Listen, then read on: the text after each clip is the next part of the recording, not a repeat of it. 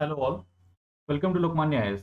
आपल्या daily current affairs answer writing प्रोग्राममध्ये जो लेटेस्ट क्वेश्चन आपला काल आपण पोस्ट केला होता, तो आपला रुपी आणि फॉरेन करन्सी जे आहेत तर त्यांच्या एक्सचेंज रेटच्या संदर्भातला क्वेश्चन होता. पहा काय क्वेश्चन आहे. Discuss the various factors responsible for volatility of Indian rupee against foreign currency.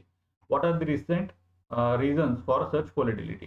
Recently काय झालेलं आहे की ज्याच्यामुळं जास्त रुपी इंडियन रुपी जी आहे ती जास्त वॉलेटाईल झाली किंवा त्याची ऍक्च्युली प्राइस जी आहे as compare to other foreign currency mainly as compare to US dollar त्याची प्राइस खूप कमी झालेली, व्हॅल्यू खूप कमी झालेली आहे. एक्सचेंज रेट खूप कमी झालेला आहे.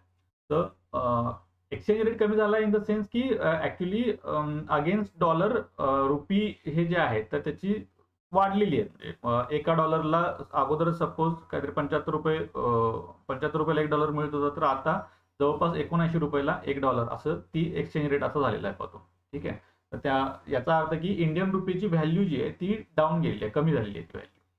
सो आता हा जर क्वेश्चन तुम्ही बघितला नीट तर हा एकदम बुकिश टाईपचा क्वेश्चन आहे, बेसिक एकदम क्वेश्चन आहे, जो आपण एनसीईआरटी मध्ये किंवा तुमच्या रेफरन्स बुक्स मध्ये तुम्ही जो स्टडी करता एकदम बेसिक लेवलचा क्वेश्चन आहे की एक्सचेंज रेट जे आहे तर त्याच्यावरती अफेक्ट करणारे फॅक्टर्स कोणते आहेत आणि रिसेंट रिझन्स काय आहेत, असा तो एक स्ट्रेट फॉरवर्ड असा 10 मार्काचा क्वेश्चन आपण टाकलेला आहे. पहा एकदम सिंपल क्वेश्चन आहे.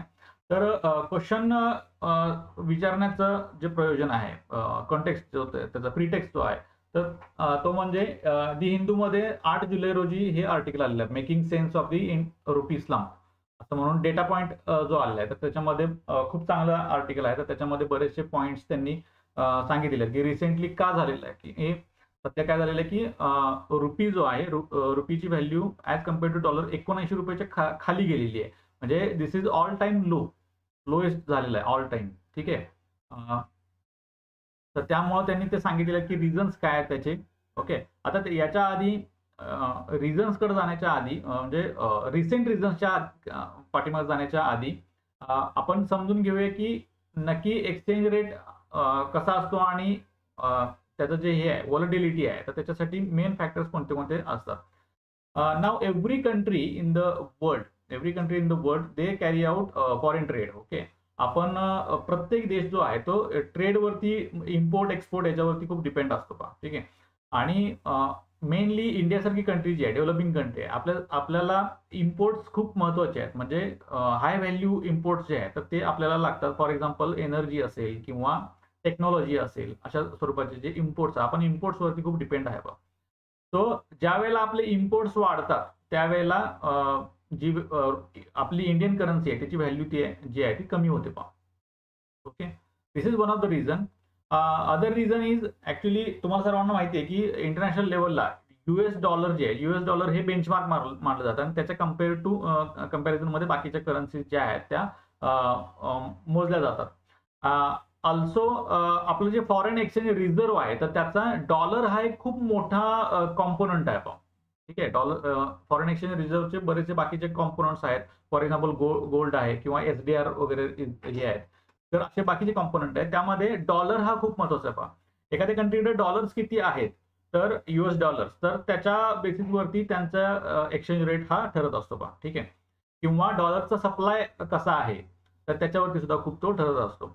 आणि मेनली ज्या वेळेला इंडियन करन्सीची व्हॅल्यू अप जाते किंवा डाऊन जाते तर त्यासाठी जे डॉलरच्या बाबतीत जे काही घडामोडी घडत असतात तर त्या सुद्धा खूप रिस्पॉन्सिबल असतात. तर अशी एक महत्वाची घडामोड म्हणजे रिसेंटली काय केलेलं आहे, जी ची सेंट्रल बँक जी आहे, ठीक आहे, रेग्युलेटिंग ऑथॉरिटी, बँकिंगची रेग्युलेटिंग ऑथॉरिटी जी आहे ती म्हणजे फेडरल रिझर्व्ह किंवा त्याला शॉर्टमध्ये फेड म्हणतात. ठीक आहे. तर त्यांनी काय केलेलं आहे की इंटरेस्ट रेट जे आहे, डॉलरचे इंटरेस्ट रेट आहेत तर ते हळूहळू वाढवायला सुरुवात केलेली आहे. पहा ठीक आहे. ज्याला टेपरिंग म्हणतात. ठीक आहे.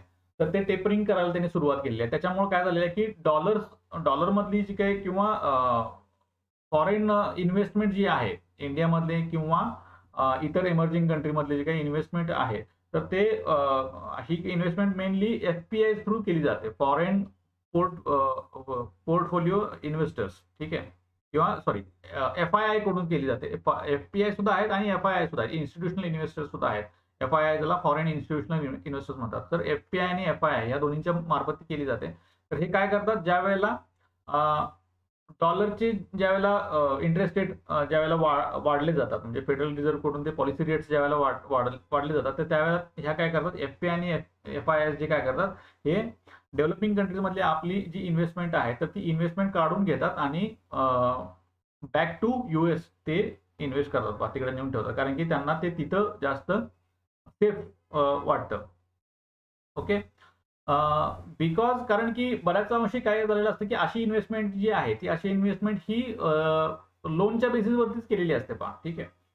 ज्या वेळेला त्या लोनवरचं इंटरेस्ट वाढतं त्यावेळेला इन्व्हेस्टमेंट ठेवून धरणं तर ते लॉसफुल राहतं पहा. ठीक आहे. कारण की त्याच्यावरती त्यांना इंटरेस्ट तेवढा पे करावा लागतो. So that is why they take out that investment and जिथून ते त्यांनी ती इन्व्हेस्टमेंट हे केलेली आहे, बॉरो केलेली आहे, तर त्या ठिकाणी ते हे करायला लागतात. ठीक आहे. पे बॅक करायला लागतात. Okay. This is one of the reason. म्हणजेच काय, की फेड ज्या वेळेला इंटरेस्ट रेट वाढवतं त्यावेळेला FPI FII काय करतात, आपली इन्व्हेस्टमेंट जी आहे ती काढून घेतात इंडियामधून किंवा अदर डेव्हलपिंग कंट्रीज मधून.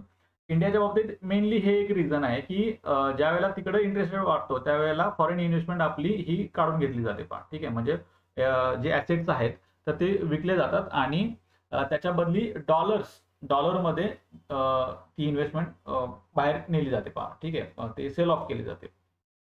ओके.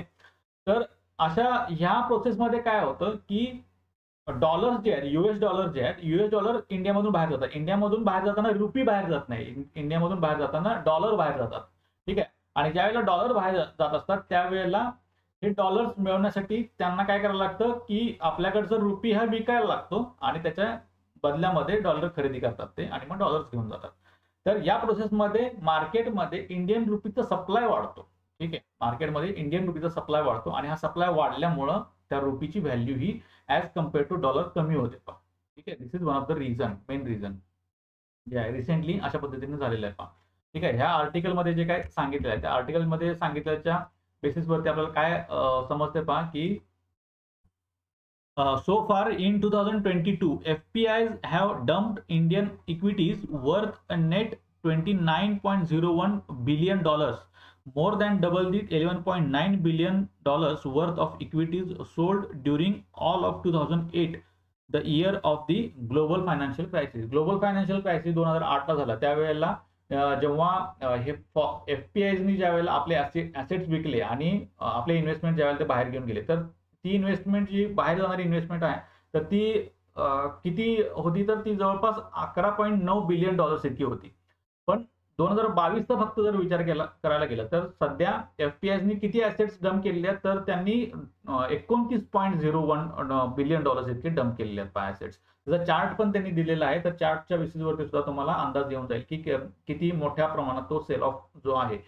तर त्यामुळे काय झालेलं आहे, की मार्केटमध्ये इंडियन रुपीचा जो आहे फ्लो जो आहे तर तो वाढलेला आहे. Okay. So this is the recent reason. म्हणजे जे मेन रिझन जे असतं तर ते मेन रिझन आपल्याला काय दिसून येतं, की interest rate increase by federal reserve आणि sell off assets by FPIs हे जे आहेत हे दोन्ही टँडम मध्ये चालतात. ठीक आहे. एक पहिला जो काय दिलेला आहे interest rate increase by federal reserve ते झाल्यानंतर मग FPI हे सेल करायला लागतात.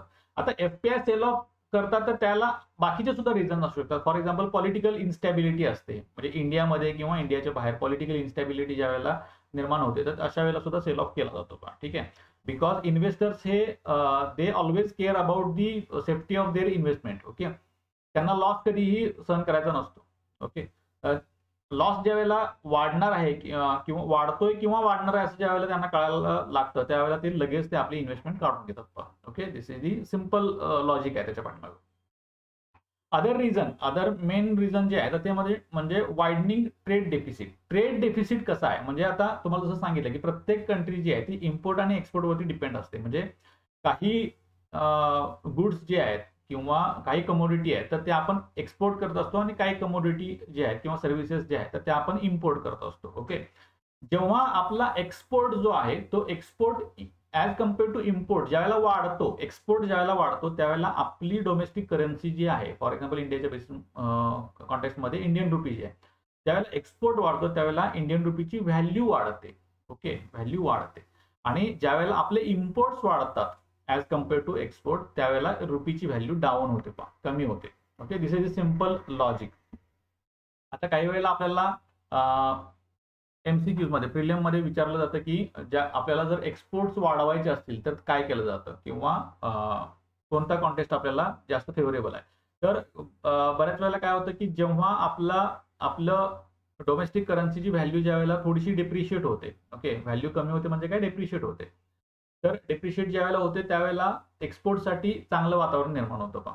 ओके, म्हणजे याचा अर्थ असा नाही की आपण कितीही डिप्रिशिएट होऊ दिलं तरी चालेल, असं नसतं. ओके, सो थोडंसं डिप्रिशिएट जर होत असेल तर त्यावेळेला एक्सपोर्ट्स हे वाढतात.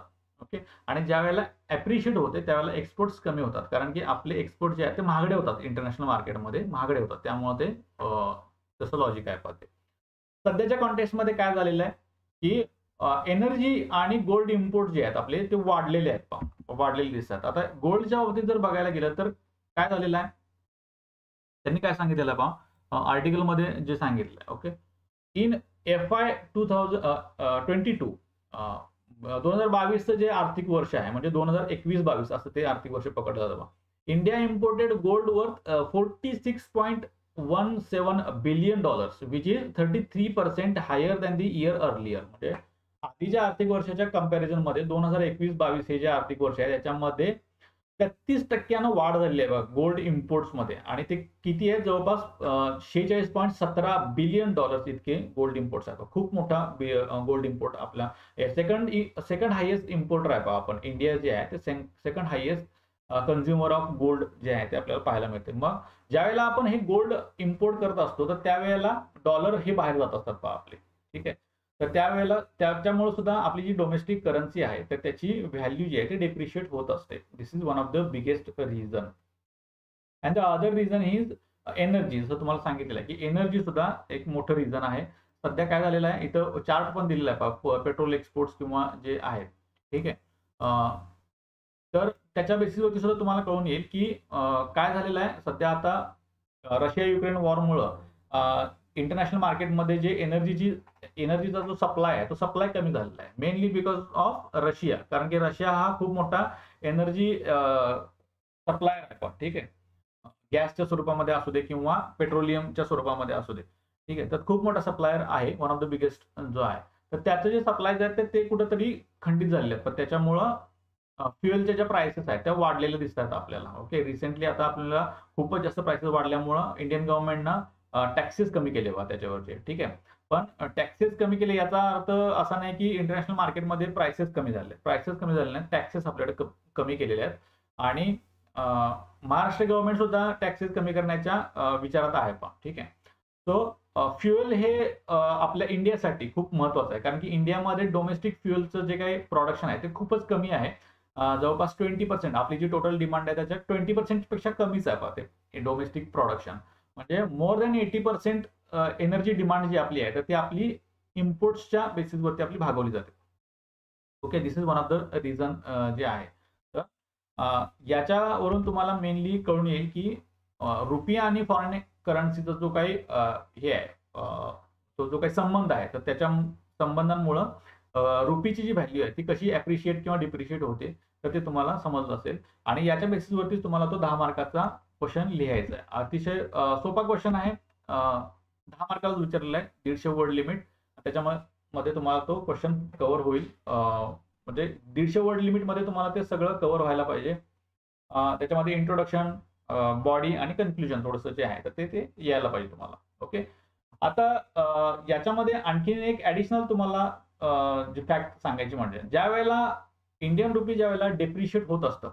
ओके, आता हा क्वेश्चन जो आहे तो प्रिलियममध्ये बऱ्याच वेळेला विचारलेला आहे की ज्या वेळेला व्हॅल्यू डिप्रिशिएट होत असते, इंडियन करन्सी ज्या वेळेला डिप्रिशिएट होत असते तर त्यावेळेला कोणते स्टेप्स घेतले जातात. तर त्यातलं जे वेगवेगळे स्टेप्स आहेत तर त्यामध्ये जे महत्वाची स्टेप आहेत जे एकदम सिग्निफिकंट आहे तर ती म्हणजे आरबीआय काय करतं, आरबीआय कडे जे फॉरेन करन्सी रिझर्व्ह आहेत, फॉरेन रिझर्व्ह आहेत तर त्याच्यामध्ये डॉलर पण जो महत्वाचा कॉम्पोनंट आहे तर तुम्हाला जसं सांगितलं ऑलरेडी की डॉलर हा महत्वाचा कॉम्पोनंट आहे. तर त्यावेळेला आरबीआय काय करतं की डॉलर जे आहे तर डॉलर सेल करायला सुरुवात करतं.